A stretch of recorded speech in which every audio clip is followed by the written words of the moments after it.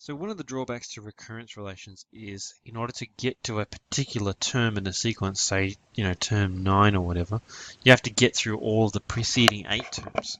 There is a way to get around that. And in this question, I'm going to show you how to do that. So we've got a $5,000 loan at an annual simple interest rate of 5.4%. So first thing we're going to do is find out how much interest is charged each year. So we're going to use I equals PRT over 100, the classic formula, which in this case is equal to 5,000 times 5.4 times, we do it for 1 year because we're just trying to find out the interest each year, over 100. And we can do that in our calculator. So we go back to the calculator mode and we'll just put in a fraction, 5,000 times 5.4 times 1 over 100, and we get $270. Now we're going to do a recurrence relation. Okay, so we've seen those before, so this time we'll say V0 is the starting amount, $5,000, so we brought that from there. Vn plus 1 is equal to the previous year Vn plus that $270 that we're earning every year. So that gives us that one. But the problem there is we have to go through each year to get to each next year, and that's a bit slow sometimes.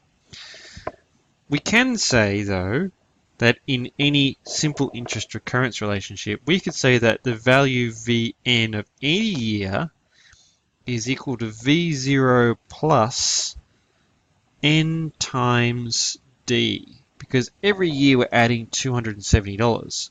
So all we need to know is how many sets of $270 we're adding, and that'll give us the total amount Vn. So this is called simple interest by rule as opposed to by recurrence. So we're going to have Vn is equal to 5,000 plus n times 270. Sometimes you see it written like this, 5,000 plus 270 n. That means the same thing when multiplying those two terms there. So we're going to use this rule to find out how much this person will owe the bank after 9 years. So if we want V9, all we need to do is replace n for 9. We go 5,000 plus 270 times 9. We'll go to the calculator. 5,000 plus 270 times 9, 7,430. And that was faster than having to go through all of the previous steps. Similar ideas can be done in flat rate depreciation. So this time we're buying a computer for $5,600 and the flat rate of depreciation is 22.5%. So first we're going to find the annual depreciation in dollars. So even though it's depreciation, we're still doing I equals PRT because we're finding a simple interest, in this case 22.5% of $5,600. So $5,600 times 22.5 times 1 over 100 because we're finding out depreciation per year. That's absolutely a calculator thing, which was 5,600 22.5 over 100, which gave us 1,260. So each year it loses $1,260. A recurrence relation would look like V0 is equal to $5,600, Vn plus 1 is equal to Vn minus 1,260. Because we're going down, it has to be minus. Depreciation means going down. To find a rule, we use the same principles as before, except this time we're going to have V0 minus ND. So we're going to have Vn is equal to $5,600 minus n times 1,260. And for neatness' sake, sometimes we write it as 5,600 minus 1,260n. Now we're going to find the value of the computer after 3 years. So to find it after 3 years, we take our Vn We replace that with V3. We go $5,600 minus 1,260 times 3, which when we put in our calculator, 5600 minus 1260 times 3 gives us 1820. The good thing about this is we can answer this last question sometimes a bit faster. The number of years it takes for the computer to be worth nothing. So what we want in the long term is we actually want 0 equals 5,600 minus 1260n. We just want to know the number of years n it's going to take to get to 0. And that's the sort of thing we can put on our calculator. So we go menu, 3 for algebra, 1 for solve. 0 equals 5,600 minus 1,260 times n. Make sure you press times. And we're solving for n. Now it says 4.44, so I'll write that down. N equals 4.44.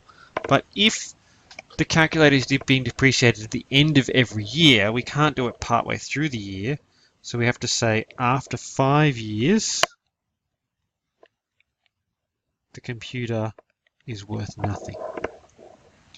So because we're doing it at the end of every year, and we're not depreciating partway through a year, we have to say after 5 years. V4 would be greater than 0. V5 would be less than 0 because it's partway through the 4th year, so we have to say after 5 years it's worth nothing. It's still worth something after 4 years. We could figure it out if we wanted to. Definitely after 5 years it's worth nothing. Same concept here with unit cost depreciation. So we've got a printing machine worth $110,000 and it's going to be scrapped at $2,500 after it's printed 4 million pages. So unit cost in this case is equal to the production or the purchase value minus the scrap value divided by the total production, how often you're going to use it. So for us here, we're going to have 110,000 minus 2,500 divided by 4 million because it's million pages. Not surprising, printing machines have a lot of use. So we'll go to the calculator for that. 110,000 minus 2,500 divided by 4 million. Okay, double check all your numbers. And it gives us $0.02687.5. So that's actually 0.02687.5 cents. So the unit cost, 0.02687.5. Now they might ask you to round that to a certain number of decimal places. At this stage they haven't. So we're just going to leave it as is. The value of the machine after printing 1.5 million pages. So we use the same principle as with flat rate depreciation. So Vn is equal to V0 minus N times D. In this case, our V0 was $110,000. Our D is 0.02687.5 N, and we're going to replace that N with the 1.5 million pages. So replace this N with 1.5 million, so 110,000, 0.02687.5 times 1.5 million. Do that on our calculator. Minus 0.02687.5 times 1.5 million. It gives us a result of $69,687.50. 69,687.50.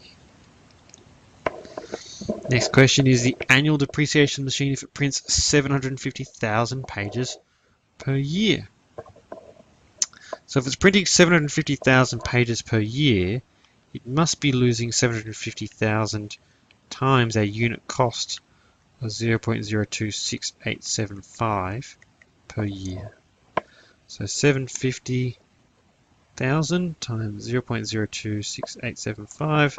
So it needs to be losing $20,156.25.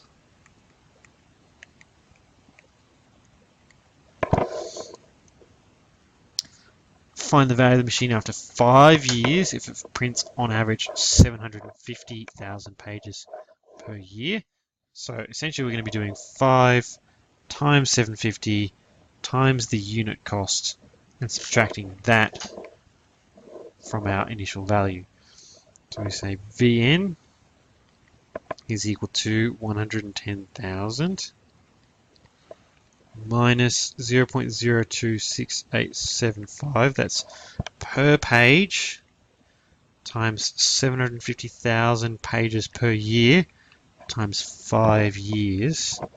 That'll give us the total value of the printing machine after 5 years. So there's a lot of numbers here. 110,000 minus 0.026875 times 750,000 pages per year times 5 years gives us $9,218.75. 921875. And the last question, how many pages has the machine printed by the time the value of the machine is $70,000? So we can use this formula here, and we're going to replace the value with 70,000. So using that same idea, we're going to say 70,000 is equal to 110,000, the original amount, minus 2 and a bit cents each time we print a page, times the number of pages, which I'm not sure yet, and we're going to put that in our calculator. Menu 3(1) for solve. 70,000 is equal to 110,000 minus 0.026875 times n, solving for n, 101,488,372 pages or thereabouts. Okay. Again, if the question asked us to round to near a cent, maybe it was 3 cents per page, maybe whatever they decide to do for us. Because they didn't tell us to do anything in particular, and we have a terminating decimal, we're going to leave it there. So 148.8372. 148.8372 pages.